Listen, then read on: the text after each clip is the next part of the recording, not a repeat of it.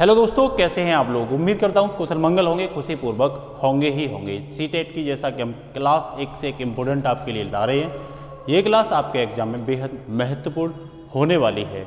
आज की क्लास में जो हमें ना एक ही क्लास में सभी विधियों को करा देंगे। क्या होती है आगमन विधि, निगमन विधि क्या होती है, प्रोजेक्ट, प्रत्यक्ष, विश्लेषण, संश्लेषण, अनुकरण, व्याख्यान, मारिया मॉन्टेसरी विधि क्या होती है, डांटल विधि क्या होती है, भाषा संसर्ग विधि क्या होती है। क्योंकि यहाँ से हर हाल में आपको क्वेश्चन मिलने ही वाले, क्योंकि यहाँ से क्वेश्चन पूछा जाता है। चलते हैं बिना समय वेस्ट किए। तो देखो, पहला जो क्वेश्चन है साथियों वो हमारा संश्लेषण विधि क्या होती है, मतलब सिंथेसिस जो मेथड होता है वो आकर होता क्या है, ये हमारा पहला क्वेश्चन है।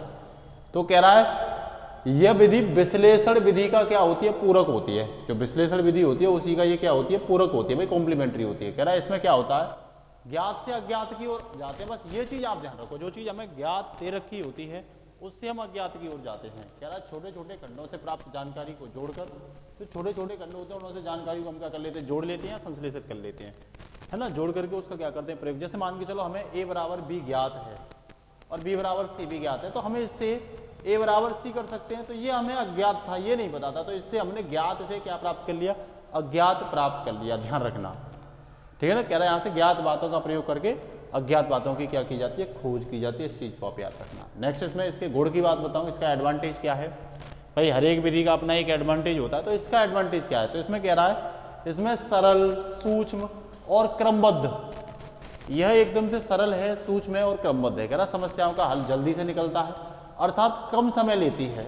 ये क्वेश्चन डायरेक्टली पूछ ली जाएंगे। कह रहा है स्मरण शक्ति के विकास में मदद करती है। जो व्यक्ति की स्मरण शक्ति जो बढ़ती है उसमें ये क्या करती है, बहुत इंपॉर्टेंट है। इसके और गुण की बात करूं, कह रहा मध्य बुद्धि वाले छात्रों के लिए यह बहुत उपयोगी है। जिनमें बुद्धि कम होती है उनके लिए बहुत उपयोगी है। कह रहा ज्यादातर गणितीय समस्याएं इस विधि से ही क्या की जाती हैं, सॉल्व की जाती हैं। तो कह रहा अधिकांश जो समस्याएं होती हैं वो संश्लेषण विधि से ही क्या की जाती हैं, सॉल्व। ऑब्वियस बात है, जो चीज़ें दे रखी हैं उससे हम क्या निकालते हैं, अज्ञात चीज़ों को निकालते हैं। तो इसका मतलब अपने आप में एक लॉजिकल है ये, ठीक है ना। इसके साथ ही नेक्स्ट कह रहा है इसके दोष क्या है। भाई जिसका कुछ एडवांटेज होता है उसका डिसएडवांटेज भी होता है। तो दोष ये है कि रटने की प्रवृत्ति पर ज़्यादा बल देती है।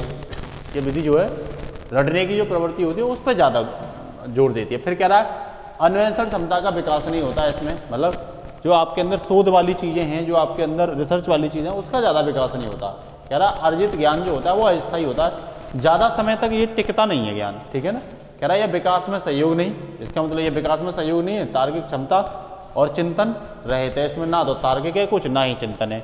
तो इसीलिए विधि अपने आप में डिसएडवांटेज भी है कुछ हद तक, ठीक है ना।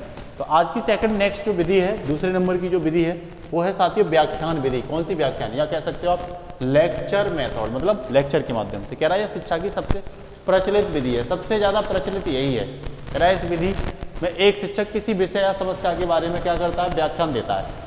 वो क्या करेगा, व्याख्यान जो होंगे वो तर्कपूर्ण होंगे, व्यवस्थित होंगे तथा आकर्षित भी होंगे। कह रहा है इस विधि में ये जरूरी है कि जो व्याख्यान है जिसके माध्यम से वो शिक्षा का विकास करना चाहता है वो सभी तर्कपूर्ण होने चाहिए, व्यवस्थित होने चाहिए और आकर्षित होने चाहिए। कह रहा ताकि छात्रों का ध्यान विषय पर केंद्रित रहे।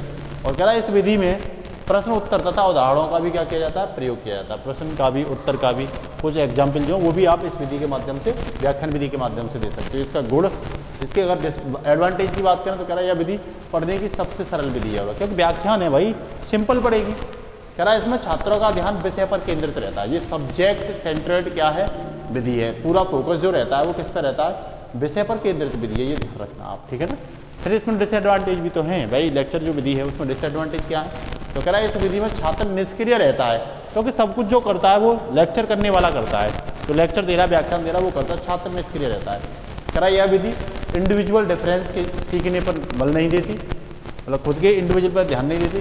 कह रहा है इसमें ध्यान नहीं दिया जाता है, इसमें ध्यान नहीं दिया जाता है। नेक्स्ट अगर खेल विधि की बात करूँ, अगली कौन सी है, प्ले वे मेथड। कौन सा है, प्ले वे मेथड। तो प्ले वे मेथड क्या होता है। कह रहा है इस विधि में शिक्षक छात्रों को संपूर्ण ज्ञान खेल के माध्यम से देता है। और इस विधि को फेब्रोल ने दिया था, किसने दिया था, कई बार पूछ रहा था, फेब्रोल ने दिया था। कह रहा है इसका नाम हेनरी कोल्डवेल कुक ने रखा था। इस विधि में शिक्षा को पूर्ण रूप से खेल केंद्रित बनाया गया, मतलब आपको खेल के माध्यम से ही पूरा सिखाने की क्या की जाएगी, कोशिश की जाएगी। इसके गुण की बात करूँ तो कह रहा छात्र की खेल में स्वाभाविक रुचि होती है तो बच्चों का मन भी लगता है, ऑब्वियस बात है। खेल में ज़्यादातर बच्चे जो भाई छात्र जो उम्र होती है वो बचपन वाली होती है, उसमें बच्चों का मन भी लगता है, तो वही उसी के साथ साथ सिखाने का प्रयास करते हैं। जैसे मान के चलिए कोई 4 बॉल ले ली और उसमें कह रहे भाई ये लाइए कितनी बॉल है 1 2 3 4, तो ये क्या है, खेल खेल के माध्यम से तो आपको सिखाने का प्रयास किया जा रहा है। कह रहा है क्रिकेट में कितने खिलाड़ी होते हैं, तो बच्चे गिनते हैं 1 2 3 4, तो ये खेल खेल में बच्चे की रुचि होती है, ठीक है ना। कह रहा है इस विधि द्वारा बच्चों का सर्वांगीण विकास होता है, ठीक है ना, हर तरीके से विकास होता है, बौद्धिक, नैतिक, सामाजिक, राजनीतिक, ठीक है ना, आर्थिक, ये सब विकास होता है। कह रहा है यह विधि करो और सीखो सिद्धांत पर आधारित है। तो पूछ लेगा कौन विधि करो और सीखो सिद्धांत पर आधारित है, तो आपका जवाब होना चाहिए खेल विधि जो है वो करो और सीखो के सिद्धांत पर आधारित होती है। इसका लॉस क्या है भाई, डिसएडवांटेज भी तो कुछ होंगे। तो कह रहा है ये बच्चों में शारीरिक शिथिलता के कारण इस विधि में घटने जाते हैं। अगर बच्चा शारीरिक रूप से शिथिल है, कमज़ोर है, तब तो भाई ये विधि क्या होगी, लॉसफुल होगी, है ना, तब तो इसका डिसएडवांटेज निश्चित रूप से देखने को मिलेगा। फिर कह रहा है एक डिस्कशन मेथड, मतलब विचार विमर्श विधि। कौन सी विधि, विचार विमर्श विधि, मतलब डिस्कशन मेथड। कह रहा है इस विधि में बालक व अध्यापक अपने तर्कों द्वारा अपनी समस्याओं को एक दूसरे के अनुभव और ज्ञान के आधार पर क्या करते हैं, सुलझाने का प्रयास करते हैं। कह रहा ये जो विधि है इसमें बालक और अध्यापक होते हैं ना, तो अपने तर्कों द्वारा अपनी समस्याओं को एक दूसरे से अनुभव और ज्ञान के आधार पर सुलझाने का क्या करते हैं, प्रयास करते हैं। नेक्स्ट कह रहा है, अब कह रहा है प्रयोजन विधि। ये इसके दोस्त, ये कहाँ से आ गई, चलो इसे बाद में पढ़ाएंगे, प्रयोजन विधि आएगी, उसके दोस्त बाद में पढ़ाएंगे, ठीक है। इसके साथ ही नेक्स्ट कह रहा है आगमन विधि। आगमन विधि के जनक की बात करें तो साथियों एरिस्टोटल इसके जनक हैं आगमन विधि के। कह रहा इस विधि में सीधे अनुभव, उदाहरण तथा प्रयोगों का क्या किया जाता है, अध्ययन करके नियम निकाले जाते हैं। अनुभव के आधार पर, उदाहरण के आधार पर, बहुत सारे प्रैक्टिकल प्रयोग के आधार पर नियम कानून निकाले जाते हैं। कौन सी विधि में, आगमन विधि में। इसे क्या कहते हैं, इंडक्टिव मेथड कहते हैं। क्या कहते हैं, इंडक्टिव मेथड। फिर कह रहा है इस विधि में पहले छात्रों को सामने उदाहरण रखे जाते हैं, फिर उनके आधार पर नियम निकाले जाते हैं। तो पहले उदाहरण देंगे फिर नियम, और निगमन में क्या होता है, पहले नियम और फिर उदाहरण। इसमें क्या है, ध्यान रखना, पहले उदाहरण और फिर नियम, पहले उदाहरण फिर नियम, पहले उदाहरण फिर नियम। कौन सी विधि, आगमन। तो पहले आइए कौन, उदाहरण, फिर नियम निकालिए, तो ये आगमन विधि में होता है, ठीक है ना। कह रहा है इसमें 3 कार्य किए जाते हैं। एक तो ये विशिष्ट से सामान्य की ओर होती है, विशिष्ट से सामान्य की ओर होती है, ये क्वेश्चन डायरेक्ट पूछे जाते हैं। एक कह रहा है ये ज्ञात से अज्ञात की ओर होती है, कहाँ, ज्ञात से अज्ञात की ओर होती है। दूसरा कह रहा है ये स्थूल से सूक्ष्म की ओर होती है, कहाँ, स्थूल से सूक्ष्म की ओर होती है, मतलब बड़े से छोटे की ओर होती है। ज्ञात से अज्ञात की ओर होती है, कह रहा विशिष्ट से सामान्य की ओर होती है। तीनों पॉइंट याद रखना, ये मोस्ट क्या है आपके लिए इम्पोर्टेंट है, यहाँ से क्वेश्चन पूछा ही जाता है। नेक्स्ट कह रहा है इसके गुण क्या है, तो कह रहा है ये पूर्णतः साइंटिफिक विधि है, 100%। आप पहले उदाहरण दे रहे हो तब नियम कानून बना रहे हो, ठीक है ना। कह रहा है स्वयं से कार्य करने के कारण अधिक स्थायी, अधिक जो है स्थायी अधिगम है इसमें लर्निंग जो है ना वो बहुत ज़्यादा स्टेबल है। फिर कह रहा है व्यवहारिक और जीवन में लाभप्रद विधि है, ठीक है ना। उसके साथ ही नेक्स्ट कह रहा उसके गुण कि इसके द्वारा बालक में स्वयं कार्य करने की क्षमता का विकास होता है। सदैव बालक क्या रहता है, जिज्ञासु रहता है। ऑब्वियस बात है, जब उदाहरण दोगे तो बच्चा खुद उदाहरण के माध्यम से सीखने का क्या करेगा, प्रयास करेगा। कह रहा है यह छोटी कक्षाओं के लिए उपयोगी विधि है और बालक में गणित के प्रति रुचि बनी रहती है इस विधि के माध्यम से। तो आप एग्जाम्पल देते हो ना, 4 पुस्तकें, 5 मेज, कुल कितने हुए, इस तरीके से आप उदाहरण दे करके फिर नियम निकालते हो, ये जोड़ होता है, ये घटाव होता है, ठीक है ना। तो इसमें बच्चे की क्या रहती है, रुचि। लेकिन डिसएडवांटेज इसके भी हैं भाई, दोस्तों हर किसी में मिलेंगे। कह रहा है यह धीमी विधि है, समय अधिक लगता है, पहले आप उदाहरण दोगे तब नियम बनाओगे। कह रहा अधिक परिश्रम करना पड़ता है और अधिक सोच की आवश्यकता होती है, सोचना भी ज़्यादा पड़ता है, परिश्रम भी ज़्यादा करना पड़ता है। फिर ये धीरे धीरे कार्य करने वाली क्या है, विधि है। इसके साथ ही नेक्स्ट कह रहा है इसके, और दूसरा कह रहा है परिणाम पूर्णतः सत्य नहीं होते इसके, जरूरी नहीं है कि एग्जाम्पल सटीक ही बैठ जाए। कह रहा है कई बार छात्र गलत निष्कर्ष तक पहुँच जाते हैं इसके माध्यम से, मतलब एक एग्जाम्पल के कई मायने हो सकते हैं, कई निष्कर्ष हो सकते हैं। तो छात्र क्या करते हैं, कई बार गलत कंक्लूजन की ओर मूव कर जाते हैं। कह रहा है इस विधि का कक्षा में सदैव प्रयोग नहीं किया जाता, तो क्लास में इस विधि को जरूरी नहीं है कि हमेशा प्रयोग ही किया जाएगा। अब निगमन मतलब डिडक्टिव मेथड, कह रहा है ये आगमन विधि के ठीक विपरीत होती है, उल्टा होगी एकदम से, वहाँ उदाहरण से नियम या नियम से उदाहरण। तो कह रहा है इसमें पहले परिभाषा, सूत्र और निर्देश को बता दिया जाता है, फिर उसके साथ उसे सत्य सिद्ध किया जाता है। कह रहा है नियम से उदाहरण की ओर, देखो ये यहाँ पे नियम से उदाहरण की ओर कहाँ जाती है ये विधि, नियम से उदाहरण की ओर मूव करती है, ठीक है। इसके साथ ही नेक्स्ट कह रहा है निगमन विधि में ये सामान्य से विशेष की ओर जाती है, और वो क्या थी, आगमन विशेष से सामान्य की ओर। कह रहा है ये सूक्ष्म से स्थूल की ओर और वो स्थूल से सूक्ष्म की ओर जाती थी। ठीक है, इसके साथ ही नेक्स्ट है साथियों निगमन विधि में गुण की अगर बात करूँ, कह रहा है ये गणित शिक्षण कार्य को अत्यंत सरल बना देती है। गणित के जो शिक्षण कार्य होते हैं उनको ये बेहद सरल बना देती है। कह रहा है इस विधि से छात्र अत्यंत तावा शीघ्रता से ज्ञान प्राप्त करते हैं। कैसे? तावा शीघ्रता से ज्ञान प्राप्त करते हैं। ठीक है ना। नेक्स्ट कह रहा है इसके गुण, कह रहा है यह अंकगणित एवं बीजगणित शिक्षण में निगमन विधि सहायक सिद्ध होती है। अगर आपको अंकगणित और बीजगणित सीखना है तो इसमें निगमन विधि जो है बेहद कारगर साबित होती है। ठीक है। फिर कह रहा है कम परिश्रम एवं समय की बचत होती है इसमें। भाई बहुत ज़्यादा मेहनत नहीं करनी पड़ती और समय भी इसमें क्या हो जाता है, बच जाता है। जो आपकी स्मरण शक्ति होती है ना, सोचने की शक्ति, इसका विकास होता है। ध्यान रखना किस विधि में, निगमन विधि में स्मरण शक्ति का विकास होता है। बस आप दिमाग पर रख लो इस चीज़ को। ठीक है। इसके साथ ही नेक्स्ट कह रहा साथियों दोष क्या है इसके, तो दोष जरूर मिलेंगे। कह रहा है ये अमोवैज्ञानिक विधि है क्योंकि इसमें छात्र नियम व सूत्रों की खोज स्वयं नहीं करते बल्कि उन्हें याद करते हैं। पहले नियम सूत्र याद करते हैं तब आगे जाकर के एग्जाम्पल की ओर मूव करते हैं। कह रहा है इसमें मिलने वाला ज्ञान अस्थायी होता है।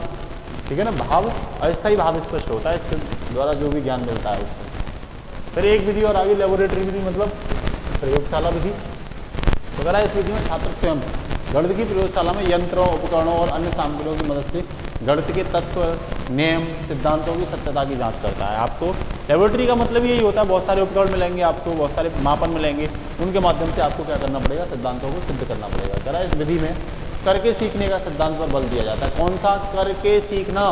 प्रयोगशाला में पहले करिए तब सीखिए, पहले करिए तब सीखिए। कौन सी विधि बताती है? प्रयोगशाला विधि बताती है। ठीक है ना। कह रहा है जैसे पाइथागोरस प्रमेय को प्रयोगशाला में सिद्ध करना, पहले भाई करोगे तब उसे सिद्ध करोगे। ठीक है। फिर कह रहा है इसके गुण क्या है भाई, तो कह रहा है छात्र प्रयोगशाला के उपकरणों का कुशल प्रयोग करना सीखते हैं। प्रयोगशाला में किया गया अधिगम क्या होता है, स्थायी होता है। क्या होता है? स्थायी होता है। और ध्यान रखना ये रुचिकर होता है और तर्क क्षमता का इससे क्या होता है, विकास होता है। किसका? तर्क क्षमता का इसमें विकास होता है। किसका? तर्क क्षमता का विकास होता है। ठीक है। इसके साथ ही नेक्स्ट क्या है, दोष क्या है कि ये बाइक खर्चीली बहुत होती है क्योंकि प्रयोगशाला में लाने वाले उपकरण जो होते हैं उनमें काफ़ी पैसा खर्च होता है। कह रहा छोटी कक्षाओं के लिए तो उपयोगी नहीं है, वहाँ कहाँ से लाओगे, क्योंकि बच्चे वगैरह ये तो तोड़ फोड़ कर देंगे उनकी।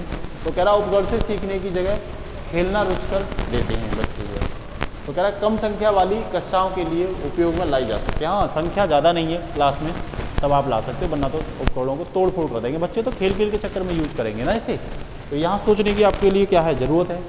नेक्स्ट कह रहा है अनुसंधान विधि मतलब हियरिस्टिक मेथड।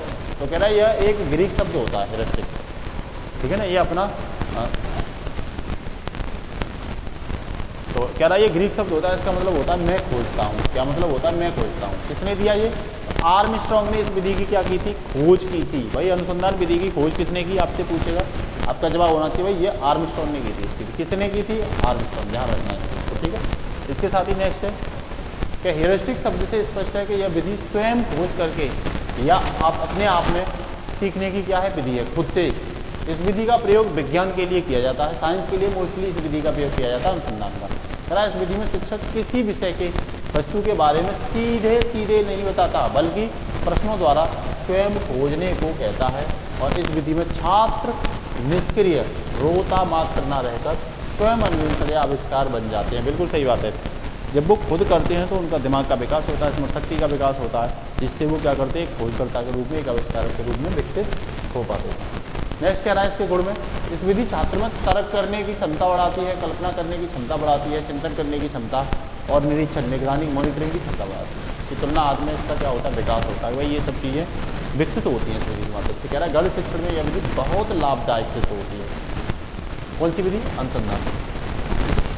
फिर कह रहा है इस यह विधि छात्रों को ज्ञान की खोज करने की स्थिति में रखती है।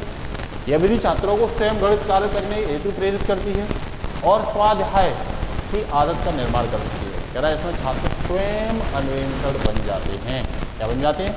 स्वयं अन्वेषण बन जाता है। दोष भी तो हैं। कह रहा है यह विधि छात्रों को गलत नियमों का निष्कर्ष अथवा सिद्धांतों पर पहुंचा सकती है। हल्की सी अगर चूक हुई तो ये गलत जगह पे भी आपको पहुंचा सकती है। ध्यान रखना, क्योंकि उसका मस्तिष्क इतना परफेक्ट तो नहीं होता है कि वे अपनी गलती को समझ पाए। ये भी ध्यान रखना, तो बच्चा ही होता है ना, ये बच्चों के लिए होती है। ठीक है ना। नेक्स्ट कह रहा है समस्या समाधान विधि। मतलब प्रॉब्लम सॉल्विंग मेथड।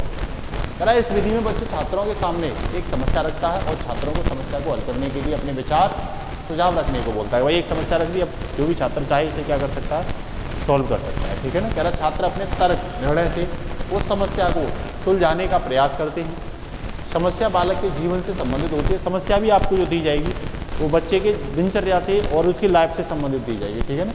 कह रहा है इस विधि में समस्या सरल होती है। कैसी होती है? सरल होती है। और यह विधि विधि करके सीखने के सिद्धांत पर लागू। आपने पूछ लेगा ये किस पे लागू है, तो आपका जवाब होना चाहिए यह विधि करके सीखने के सिद्धांत पर। कैसे? पहले करिए और फिर सीखिए।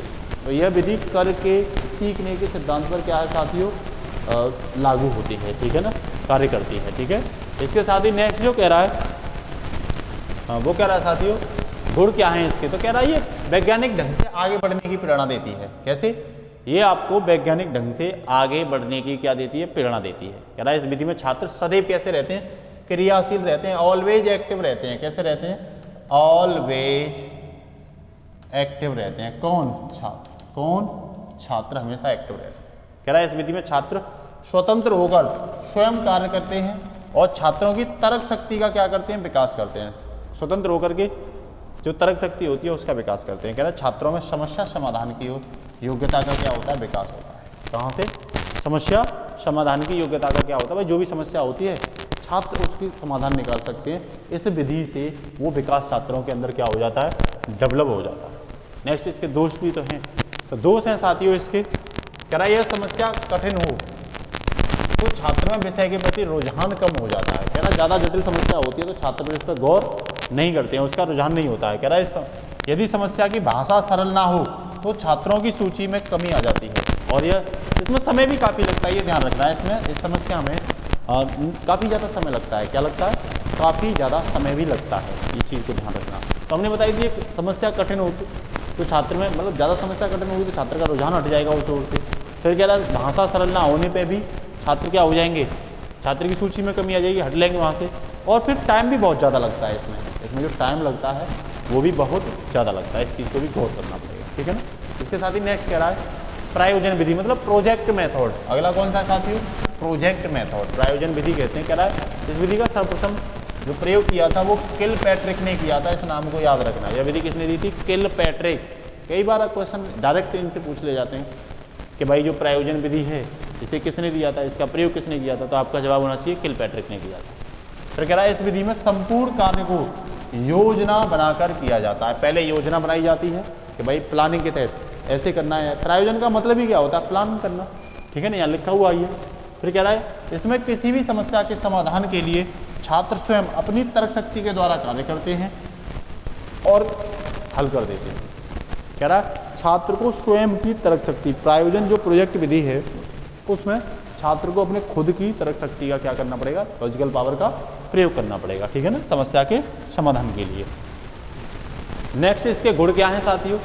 तो ये कह रहा है छात्र में क्रियात्मक, कौन सा? क्रियात्मक और सृजनात्मक शक्ति का क्या होता है, विकास होता है। इससे छात्र की क्रिएटिविटी मतलब फंक्शनल और क्रिएटिविटी क्या हो जाएगी, बढ़ेगी, डेवलप होगी। कह रहा छात्रों में निरीक्षण की, तर्क की, निर्णय लेने की क्षमता का क्या होगा, विकास होगा। निरीक्षण की क्षमता, तर्क की क्षमता और निर्णय लेने की क्षमता का क्या होगा, विकास होगा।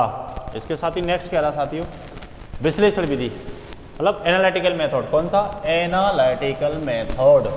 भाई ये क्या, ये देख लेते हैं।